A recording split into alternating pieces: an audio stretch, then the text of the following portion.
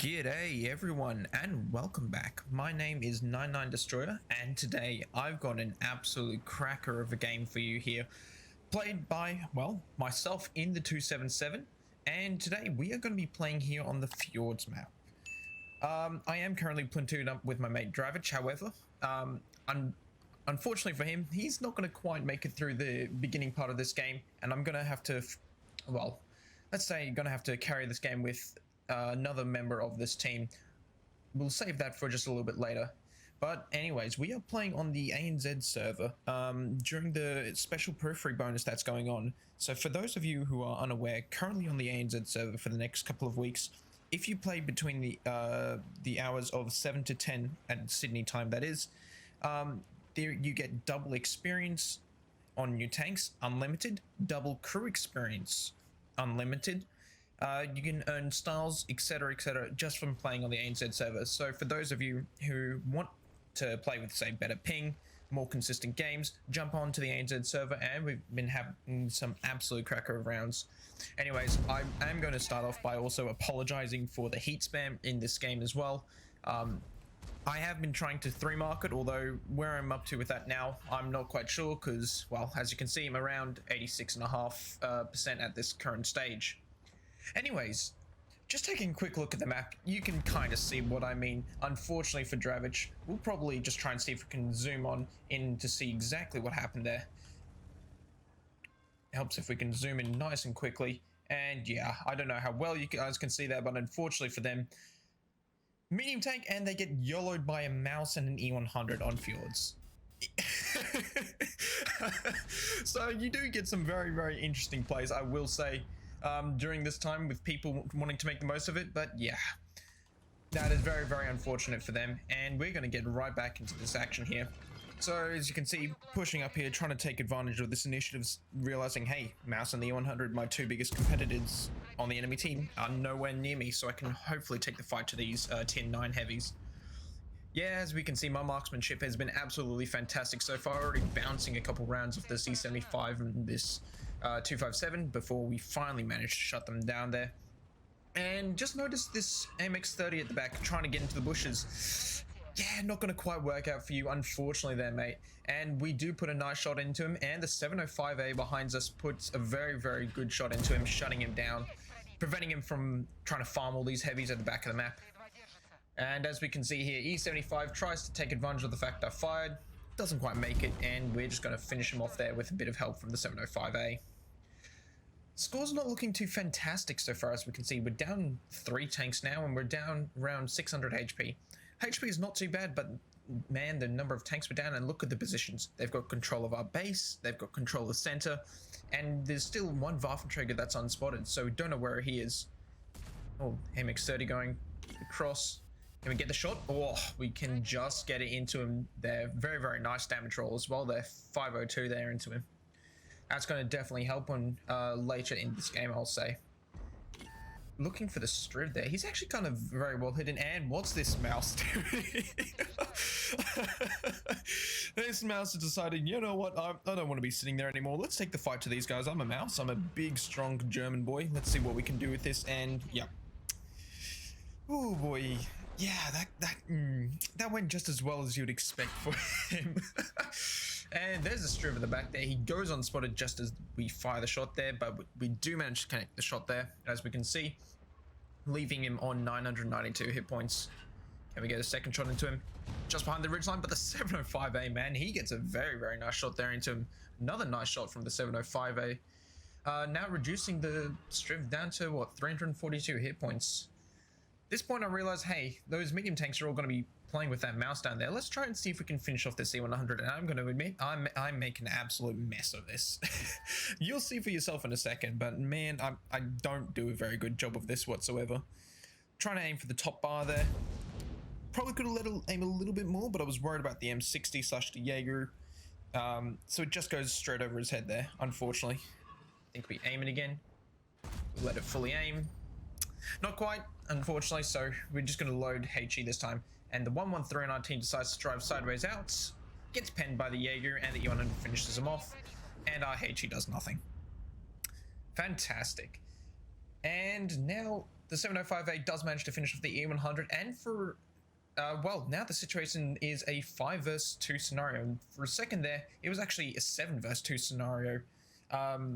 Before, sorry, yeah, I believe it was 7 versus 2. My math might be wrong, but hey, what can you do? Anyways, this 705A and we're going to try and do our very, very best to pull through this game. So I pinged the 705A a couple times to come and say, hey, come follow me. Reason being, I have a feeling these medium tanks are going to come from behind and possibly try to put some shots into us. So come around into these bushes here, expecting medium tank to already be there. And obviously, not quite yet, but I'm just going to wait for the 705A. Reason being, he's got 2k hit points. I've got 797. Like the medium tanks, they could pen me 2-3 shots faster than I can with their better DPM. And they would shut me down. There's the Kampfpanzer 50T. 705A misses a shot. However, the Kampfpanzer is going to be focusing the 705A, which is what I want.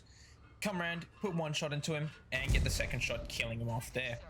Isolated, and as we can see, he was not quite expecting us both to be turning around to deal with him there in that situation, which is fantastic. Now the scores are 2 versus 4, and we are only down 2,000 hit points. Only 2,000 hit points in this scenario. Now, what we're going to do, we're going to turn right back around, and we're going to go straight up back the middle to where we came. There's the M60, the 705A spots. Going to aim in, clean up the M60 there, now reducing it to a 2 versus 3 scenario. Much more manageable. However, we are still down 1,800 hit points, man. So it's not going to be easy whatsoever to get through this. And finally, the Waffenträger gets lit. He misses. We both pen our shots there, leaving him on a 1 shot for us. And now we're going to... The question is, what do we do? Do we push forward and try and take out this Waffenträger? Or do we turn around to try and deal with the 907? I see that the 705A is actually pushing down low here, so he's not going to get shot from the Jaeger, and I say, screw it.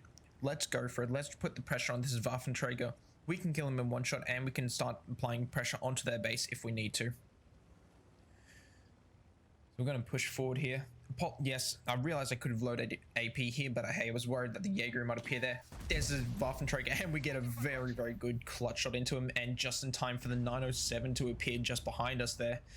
Oh man, the 90s managed to put a couple of shots there into our 705A, but we're going to take a blind shot. I don't think that one connects though on the 907. He was left on what, 715 hit points? We're going to have to see next time he's lit. So now, yeah, things are starting to equalize a little bit better now. It's a 2v2 scenario. We're only down around 900 HP on our side, but hey, what can you do about that? As you can see in chat, there are the 705A actually communicates to me very, very well. He's saying, he's like, apologies, man, I don't have any heat shells left. I'm like, that's fine.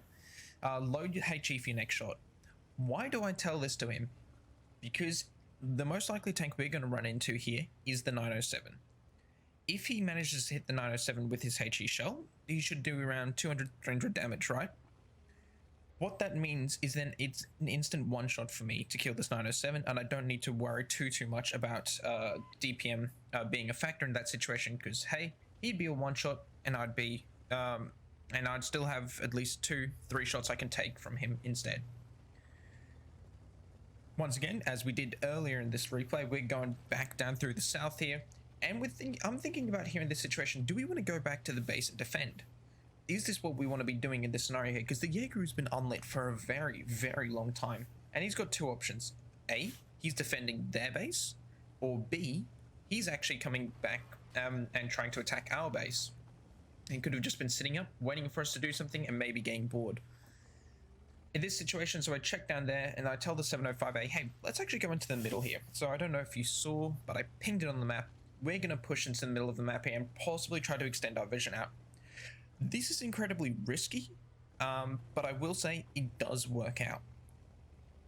If the Jaeger had, say, been sitting in the bushes in the C4 grid square, it's a slight spoiler, but he's not actually sitting there. If he'd been sitting in those bushes and I got spotted, or even the 705A got spotted, yeah, wouldn't have turned out very, very well. But regardless, we're going to go for a check here, see if the 907's actually gone north or anything. He hasn't. We're just going to sit here and we're going to just investigate where these enemy tanks have gone. So decide to chance it. It's like, screw it. If the Jaeger fires, we might as well go together. And there goes the 907. Unfortunately, we're both unable to look for a shot into him. And this is a very, very interesting scenario here. We got the 907 lit, but we have no idea where the Jaeger is. 705A is going to be pushing forward, looking for this 907. Looks to his left there, just in case the Jaeger is there. Nothing. I'm going to say screw it, push across, and there goes the Jaeger. The Jaeger finally gets lit there, and he misses the 705A. 907 puts one into the 705A, and we get a fantastic clutch shot on the move there into 907. That shot is probably what won us this game, because I do go for the ram there. Yes, it was a bit risky. However, I wanted to secure that kill. There goes the Top Gun, and now we're left in a 2v1 scenario here, and we've absolutely managed to turn this game around. It's two heavy tanks versus the one Jaeger. The Jaeger can still win this. He still has 1537 hit points, as we can see. He kills one of us, gets the reload off, and well, if he kills the 705A here, I might not get back there in time. But however, he doesn't manage to do so. I'm going to get around here and just going to start farming damage into him there. 705A puts a nice shot, AP shot into the lower plate there of the Jaeger, but it's not going to matter now. Come around and we're going to absolutely finish this game off with a very, very nice win there. Let's take out a look at those post-game stats then now, shall we? And so taking a look at those post-game results, as we can see here, unsurprisingly, Ace Tanker, Top Gun for the 7,400 damage that we dealt in this game here. And yeah, quite a fair amount of vehicles there we dealt damage to in this game.